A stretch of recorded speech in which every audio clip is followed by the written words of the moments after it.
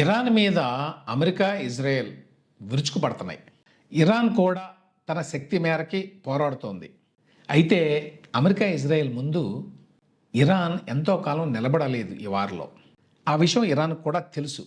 అందుకే ఆ దేశం తన రక్షణ కోసం ఒక కొత్త వ్యూహాన్ని ఎంచుకుంది. అదేంటంటే, తాను మునిగిపోతే తనతో పాటు ప్రపంచ దేశాలన్నీ కూడా మునిగిపోవాలి. లేకపోతే మునిగిపోతాయనే భయాన్ని కల్పించాలి ఆ దేశాల్లో. ఎట్లాగా ఇది అంటే, ప్రపంచ దేశాల ఆర్థిక వ్యవస్థల్ని అల్లకల్లోలం చేయడం ద్వారా ఏ దేశ ఆర్థిక వ్యవస్థనైనా నిలబెట్టేది ఇంధనం, ఆయిల్, ఎనర్జీ. ఇంధన ధరలు కొండెక్కినాయి అనుకోండి, పెరిగిపోయినాయి అనుకోండి, చాలా దేశాల ఆర్థిక వ్యవస్థలు కుప్పకూలిపోతాయి. అందుకే ప్రపంచంలో ఆయిల్, గ్యాస్ సరఫరాకి అంతరాయం ఏర్పడేలాగా ఇరాన్ తన యుద్ధ వ్యూహాన్ని మలుచుకుంది. ఆ వ్యూహాన్ని సక్సెస్ఫుల్గా అమలు చేస్తోంది కూడా.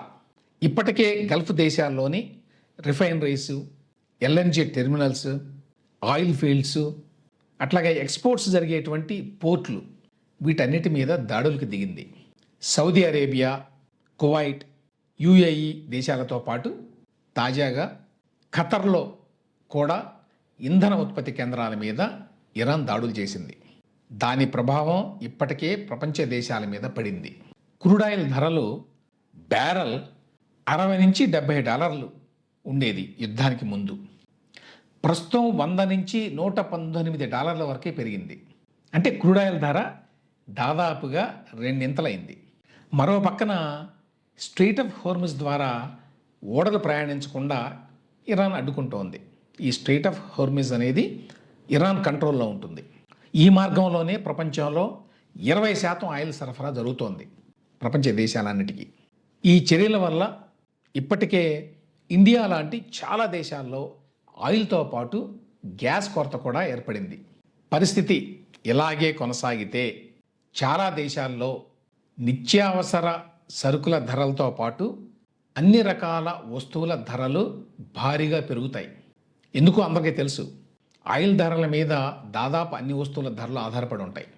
ఆయిల్ ధరలు ఆకాశాన్ని అంటితే ఇన్ఫ్లేషన్ పెరుగుతుంది, ద్రవ్యోల్బణం. ఎలాగా అంటే, ఏ వస్తువు ధరలోనైనా ఒక ఇంపార్టెంట్ కంపోనెంట్ ట్రాన్స్పోర్ట్. అలాగే అనేక ఇండస్ట్రీస్ నడవటానికి కూడా ఆయిల్ కావాలి. ఆ ఆయిల్ కొరత ఏర్పడినప్పుడు, రేట్లు పెరిగినప్పుడు అన్ని రేట్లు పెరుగుతాయి. అన్ని రేట్లు పెరగడం అంటే ద్రవ్యోల్బణం పెరుగుతుంది. అంటే వాటి రేటు పెరిగింది ₹10, ₹20 అయితే డబ్బుకి విలువ తగ్గినట్టు. అదే ద్రవ్యోల్బణం అంటే.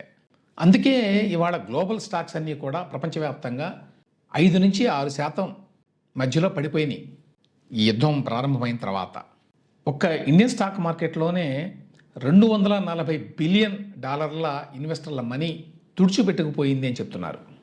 దాంతోపాటు రూపాయి విలువ కూడా పతనం అయింది. నేను చెప్పాను కదా, ఎప్పుడైతే వస్తువుల ధరలు పెరుగుతాయో సహజంగా కరెన్సీ విలువ తగ్గిపోతుంది. డాలర్కి ఇప్పుడు $93 వరకు ఉన్నదట. అంటే రూపాయి విలువ తగ్గింది డాలర్తో కంపేర్ చేస్తే.